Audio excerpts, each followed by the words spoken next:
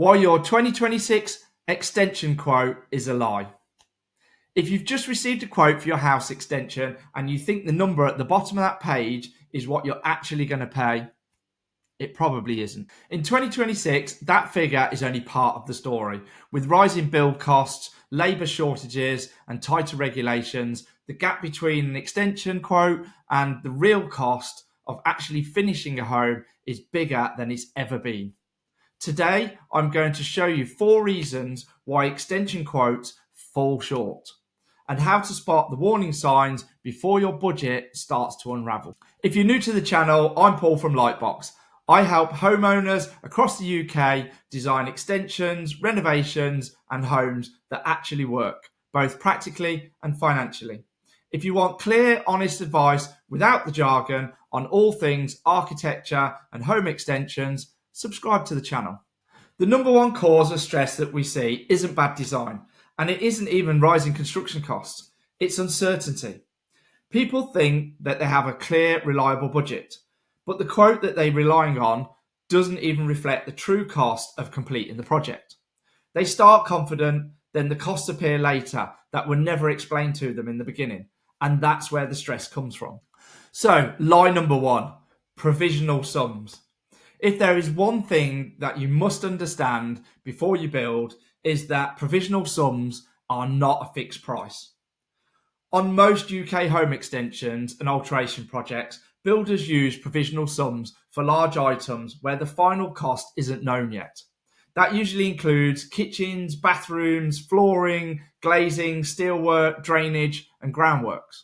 So what is a provisional sum?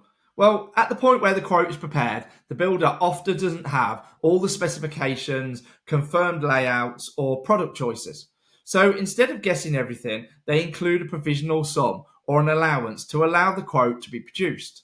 That figure keeps the quote moving, but it is only a placeholder.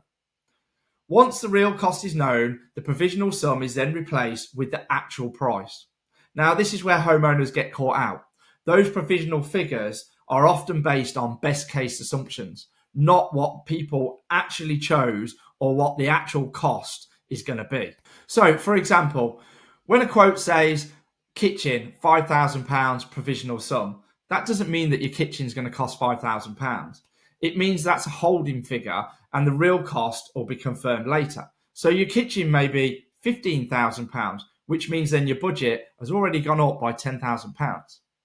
Now, if your quote contains several large provisional sums, then you don't actually have a final price. What you have is a starting point, and that will change. So lie number 2, costs that never appear.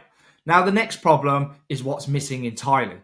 Many homeowners assume that a builder's quotation represents the full cost of their extension.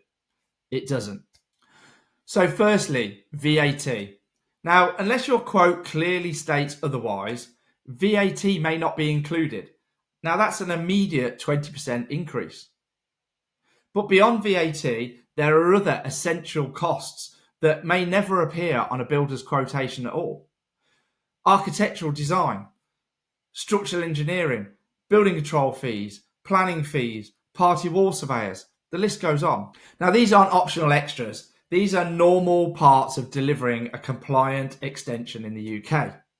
Typically, professional fees will add about 10 to 15% to the real overall cost of a project. So when somebody says my extension cost around £1,700 a square metre, what they often mean is that's just the builder's part, maybe for the shell.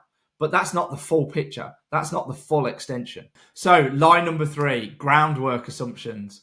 Another issue that catches clients out is groundworks. Most extension quotes assume standard ground conditions, shallow foundations, no obstructions, no drains, no surprises. But nobody knows what's under the ground until work actually starts. So if foundations need to go deeper, or drains are discovered, or soil conditions are poor, then the cost is going to change. Not because anybody has done anything wrong, but because the original quote assumed the best case scenario. Now, this is why a realistic extension budget in 2026 needs to have a contingency. Now, the contingency would be about 10 to 15%, especially for groundworks and the structure. If your budget relies on everything going perfectly, then it's unrealistic. Line number 4 is the shell only quote. Now, here's another common trap. Many extension quotes are priced for the shell only.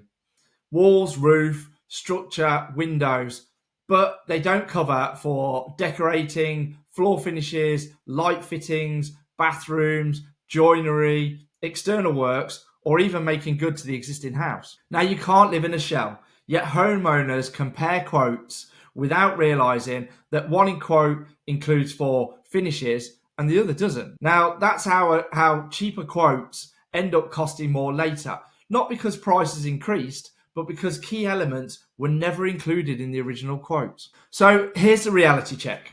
How do you protect yourself? Well, first of all, don't rely on one-page quotes. Ask your builder for proper quotations with a proper breakdown. Find out what's included and what's excluded. What items are provisional and how much has been allowed for a provisional sum for these items? Does this price include for a finished home or is it just a structure? So build your budget around realistic outcomes, not optimistic assumptions. A quote that feels uncomfortable now up front is far safer than a quote that slowly unravels halfway through the project. So if you're planning an extension in 2026 and you want to understand what things actually cost in the UK, then watch this video next. Here I explain a full breakdown of what extending your home is realistically going to cost per square metre in 2026 in the UK. So if this video has helped you avoid a budget shock, subscribe for more straight talking advice on extending your home properly. I'll see you on the next one.